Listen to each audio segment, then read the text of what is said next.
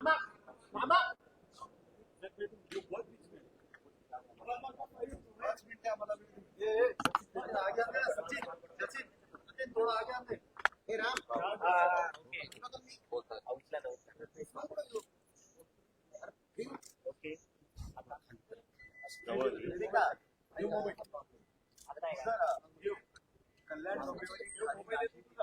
बिनविरोध उमेदवार निवडून आले आणि तिथं खूप जास्त प्रेशर आणि पैशाचा वापर झाला असं सांगत मनसे आता कोर्टात जात आहे आणि सगळ्या विरोधात दाद मागणार. ज्यांना ज्यांना जिथं जायचं तिथं त्यांना जाण्याचा अधिकार आहे. असं कुठलं लिहिलं नाहीये की बिनविरोध होऊ नये. बिनविरोध व्हावं याकरता त्या ठिकाणी निवडणूक आयोगाने तशी संधी दिली आहे आणि त्यामुळे चांगली पायंडा आहे बिनविरोध होण्याचा. एखाद्या ठिकाणी निवडणूक होत नसेल आणि बिनविरोध होत असेल तर त्या ठिकाणी हा चांगला पायंडा लोकशाहीमध्ये आहे आणि चांगल्या पायंड्याने हे लोक निवडून आलेले आहेत, बिनविरोध आलेले आहेत. शेवटी सर्वांचा निवडण्याचा हे जो आहे अजेंडा हा विकासाचा आहे आणि तिथल्या जनतेला, तिथल्या विरोधी पक्षालाही वाटलं असेल तिथल्या उमेदवारांना की भारतीय जनता पार्टी, शिवसेना, महायुतीचे लोक निवडून आले तर राज्य सरकार, केंद्र सरकारच्या योजनेचा फायदा त्या भागाच्या विकासाकरता होईल. आणि मग असं कुठं लिहिलं नाहीये की बिनविरोध होऊ नये. कोर्टात जाऊ दे किंवा त्यांना त्यांचा न्याय मागू दे, पण बिनविरोध होणे हे लोकशाहीमध्ये चांगलं आहे. की त्याला जोडून राज ठाकरे असं म्हणतात की पश्चिम बंगालमध्ये जर बिनविरोध निवडून आले तर त्याला भाजपाचा विरोध असतो आणि महाराष्ट्रात निवडून आले तर ते चांगलं. आम्ही कुठेही विरोध केला नाहीये, कुठेही विरोध केला नाहीये. बिनविरोध लोक निवडून आले तर ही लोकशाहीमध्ये चांगलं आहे. अनेक सरपंच बिनविरोध होतात, अनेक ठिकाणी नगरसेवक बिनविरोध होतात, अनेक सरपंच या राज्यामध्ये बिनविरोध झालेले आहेत. अनेक ठिकाणी मोठ्या मोठ्या ग्रामपंचायतीमध्ये बघा तुम्ही त्या ठिकाणी 3-3, 4-4 वेळा बिनविरोध होतात. बिनविरोध झाला म्हणजे काय झालं? त्यात काही नियमाच्या बाहेर आहे का, की आयोगाच्या नियमाच्या बाहेर आहे, की आयोग त्याला मान्यता नाही आहे? बिनविरोध उलट चांगला आहे लोकशाहीमध्ये. बरं, ठाकरे आणि सभा हे एक नातं होतं. मात्र यंदा ते दोन्ही ठाकरे बंधू शाखा भेटीवर भर देताना पाहिलं, सभा होताना दिसत. असं आहे की सभेला गर्दी होतं पण मतं मिळत नाही. आता शाखामध्ये जाईल त्या ठिकाणी मला माहित नाही शाखा आहे की नाही आहे. आता शाखाही एकनाथ शिंदेकडे चालल्या गेल्या आहेत, त्यामुळे शिंदेजीकडे शिवसेनेच्या शाखाही गेल्या आहेत. शाखा आता उपलब्ध नाही आहेत.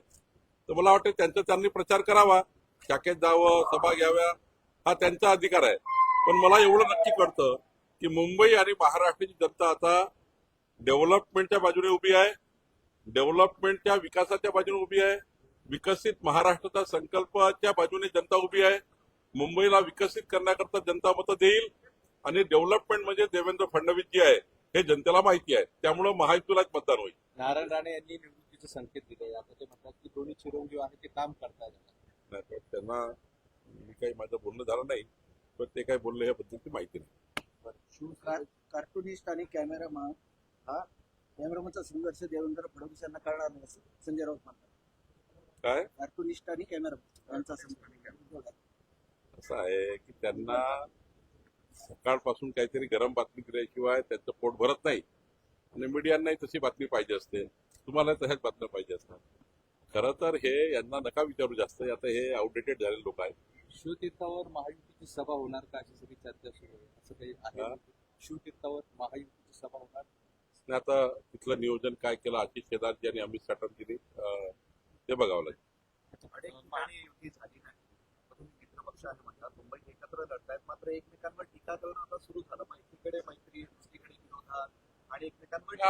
आम्ही मला वारंवार सांगितलं, यापूर्वी सांगितलं की 15 ठिकाणी महायुती झाली, 14 ठिकाणी नाही झाली. त्या ठिकाणी कार्यकर्ते अग्रेसिव्ह आहे, त्यांनाही लढायचं आहे, आमच्याही कार्यकर्त्यांना लढायचं आहे, मैत्रीपूर्ण लढतोय. त्यामध्ये काय एवढं मनावर घेणं नाही. काय कार्यकर्ते लढतील, जे जिंकून येतील ते त्या ठिकाणी पुन्हा एकत्र बसतील. शेवटी निवडणूक ही सर्वांना लढण्याची संधी दिली पाहिजे. त्या ठिकाणी युतीचा प्रयत्न आम्ही केला, नाही झाली. त्या ठिकाणी आता मैत्रीपूर्ण लढू आणि मैत्रीपूर्ण लढल्यानंतर पुन्हा एकदा चर्चा करू. राज्यभरामध्ये सभा घेणार स्टार प्रचारक किती ठिकाणी राज्यामध्ये? अजून पूर्ण कार्यक्रम आला नाही, पूर्ण कार्यक्रम आला की कळू. सुजात आंबेडकर असं म्हणतात की प्रणिती शिंदे या भाजपात गेल्यात जमा आहेत आणि त्या भाजपाचंच काम करतायत आणि इलेक्शन झाल्यानंतर त्या भाजपमध्ये कोण? प्रणिती शिंदे. कोणी म्हटलं? सुजात आंबेडकर. नाही, असं आहे की प्रणिती शिंदेजींनी आतापर्यंत कुठेही भाजप केला नाही, कुठल्याही संपर्कात नाही. कुणाच्याही व्यक्तिमत्वाबद्दल असं विधान करून त्यांच्या पॉलिटिकल कॅरियरला डॅमेज करण्याचा कुठलाही प्रयत्न कोणी करू नये. प्रणिती शिंदेजी यांनी कधीही भाजपच्या कुठल्याही नेत्याशी संपर्क केला नाही. नारायण विधानसभा राणे अध्यक्ष यांचं जे आहेत त्यांच्या निलंबनाची मागणी सातत्यानं वाढते. त्यांच्या त्या मागच्या सगळ्या कुठल्या निलंबन विधानसभा याचे अध्यक्ष विधानसभेचे ते जर आता नियमाप्रमाणे जे व्हायचं ते होईल, पण कायद्याने सर्व आम्ही बांधील आहोत. कुणी काही मागणी केली त्याला अर्थ नसतो. राज्य निवडणूक आयोग किंवा पोलीस यंत्रणा किंवा आमचे तिथले निवडणूक अधिकारी याबद्दलचा चौकशी करून अहवाल तयार करत असतात. त्यानुसार पुढची कारवाई होईल. नारायण राणे भाषणात एक विधान केलं होतं की मी शाखा प्रमुखाचं मर्डर करणार असं त्यांचं सर, एक